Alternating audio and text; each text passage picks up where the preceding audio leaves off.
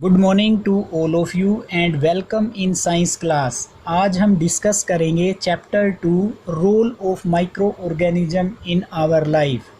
जैसा कि हम सभी जानते हैं, many micro organism like bacteria, fungi, they are very useful for us because they help in decomposition process.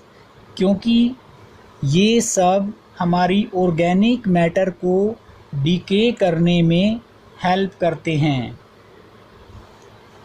They help in maintaining the biochemical cycle like carbon cycle and nitrogen cycle. They help our body to form an essential system. क्योंकि bacteria हमारी body में भी present हैं, वो हमारी body के अंदर किसी भी पर्टिकुलर एसेंशियल सिस्टम को फॉर्म करते हैं।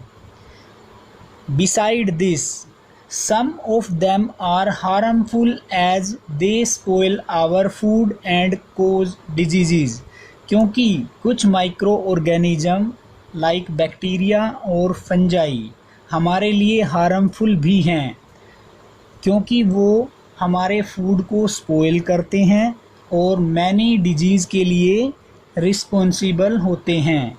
Next we discuss micro organism as our friend. क्योंकि माइक्रो ऑर्गेनिज्म हमारी डेली लाइफ में हमारे लिए काफ़ी तरह से यूज़फुल हैं, इसलिए हम माइक्रो ऑर्गेनिज्म को हमारे फ्रेंड मानते हैं। Many micro organism are used in our food. Number 1, curd and cheese formation.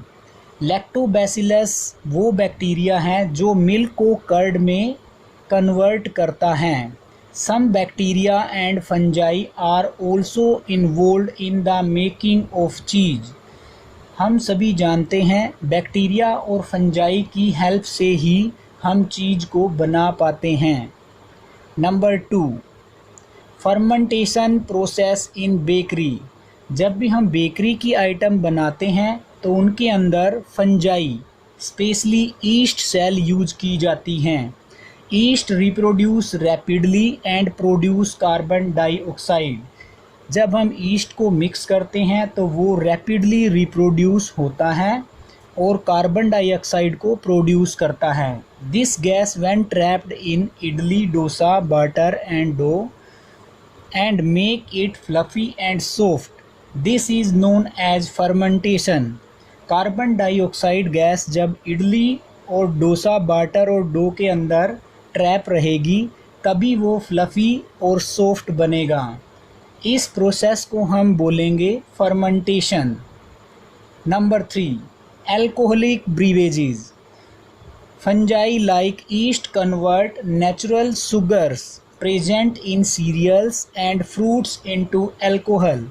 This alcohol is used to make wine, beer, acetic acid in the form of vinegar. Sewage treatment. Some bacteria are used in biological treatment of sewage and industrial sewage called effluent. This process is called bioaugmentation. Used in energy fuel production. Many microorganisms produce ethanol by fermentation and methane in biogas reactors. Both ethanol and methane are used as fuel for production of energy. So microorganisms are also useful in energy or fuel production. Cleaning the environment. Microorganisms like bacteria and fungi help to keep our environment clean by converting organic matter into nutrients. This process replenishes the nutrients back to the ecosystem for the plants to grow.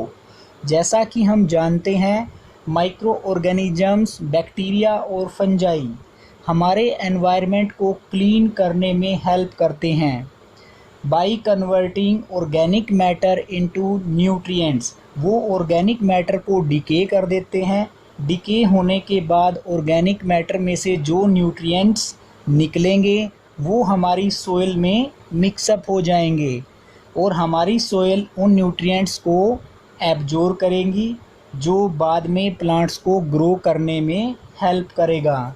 So they are useful in cleaning the environment. Microorganisms are very useful in agriculture also. Bacteria, rhizobium and blue-green algae, जिसे हम cyanobacteria भी कहते हैं, live in the root nodules of plants such as gram, pea, etc.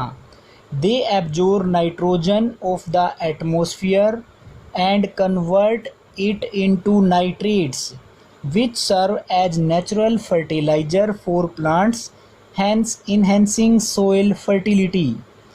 जैसा कि हम जानते हैं, राइजोबियम बैक्टीरिया और साइनोबैक्टीरिया ये दोनों हमारे एटमॉस्फेरिक नाइट्रोजन जो गैसियस फॉर्म में प्रेजेंट है, जिसे प्लांट्स डायरेक्ट एब्जॉर्ब नहीं कर सकते, उसे सोलेबल फॉर्म में कन्वर्ट करते हैं और वो सोलेबल फॉर्म नाइट्रेट्स कहलाती हैं। नाइट्रेट्स सभी प्लांट्स के लिए नेचुरल फर्टिलाइज़र का काम करते हैं, जिन्हें सभी प्लांट्स एब्जॉर्ब करेंगे, हमारी सोइल एब्जॉर्ब करेगी। इस तरह से हमारी सोइल की फर्टिलिटी इन्हेंस करेगी, इंक्रीज होगी। Now we discuss importance of micro organism in human health. Micro organism human health के लिए भी इम्पोर्टेंट रोल प्ले करते हैं। Many micro organism present in alimentary canal of some animals like cows help in digestion and absorption of food. जैसा कि हम जानते हैं, एनिमल्स की एलिमेंट्री कैनल में बैक्टीरिया प्रेजेंट रहते हैं। वो बैक्टीरिया उनकी डाइजेशन और एब्जॉर्प्शन ऑफ फूड में हेल्प करते हैं। The bacteria present in our large intestine help in bowel movement.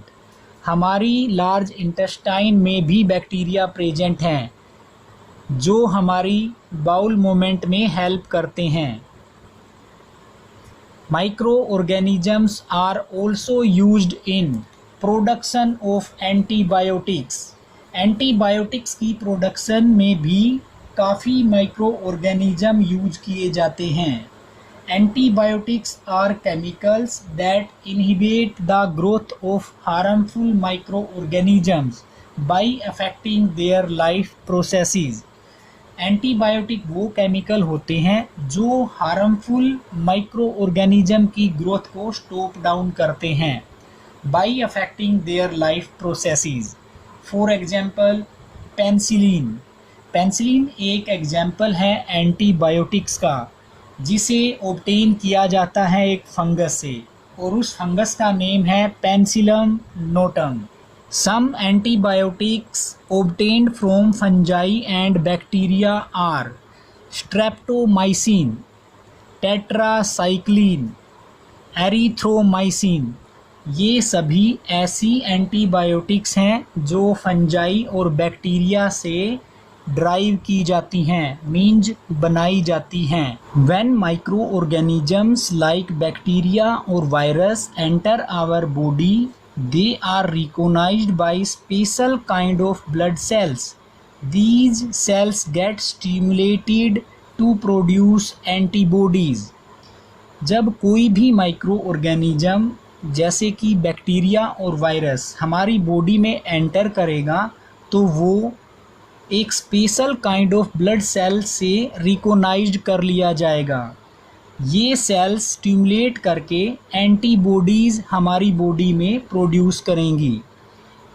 जब एंटीबॉडीज़ हमारी बॉडी में प्रोड्यूस हो जाएंगी, तब वो डिजीज़ कोजिंग ऑर्गेनिज्म को आइडेंटिफाई करेंगी और उन्हें डिस्ट्रॉय भी करेंगी।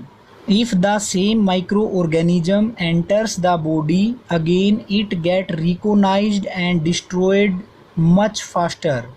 जब सेम टाइप का माइक्रो ऑर्गेनिज्म हमारी बॉडी में दोबारा एंटर करेगा, तब उसे क्विकली रिकॉग्नाइज और डिस्ट्रॉय कर दिया जाएगा। Immunity, resistance of an organism to infection is called immunity. Immunity through vaccination. Vaccination is an important way to build immunity. A vaccine produces immunity to a disease by stimulating the production of antibodies. Vaccine एक सबसे अच्छा वे है जिससे हम अपनी immunity को build कर सकते हैं। एक वैक्सीन इम्यूनिटी को बिल्ड करने के लिए एंटीबॉडीज़ की प्रोडक्शन को इंक्रीज करती हैं।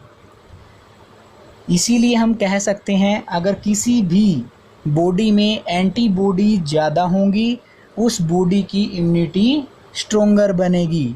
सो immunity is directly proportional to antibodies. More immunity more antibodies, less immunity less antibodies in a particular living organism.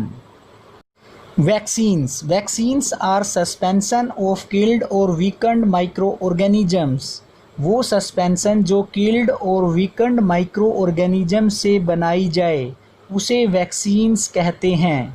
Methods of vaccinations, जैसा कि हम सभी जानते हैं वैक्सीन्स या तो इंजेक्शन के थ्रू इंजेक्ट की जाती हैं या ओरली दी जाती हैं। जब वैक्सीन इंजेक्शन के थ्रू इंजेक्ट की जाए तब उस मेथड को हम बोलेंगे इनोकुलेशन, और जब वैक्सीन्स ओरली दी जाए तब हम उस मेथड को बोलेंगे ओरल मेथड और ओरली। एक वैक्सीन हमने ओरली सभी ने यूज की है जिसका नेम है पोलियो ड्रॉप्स।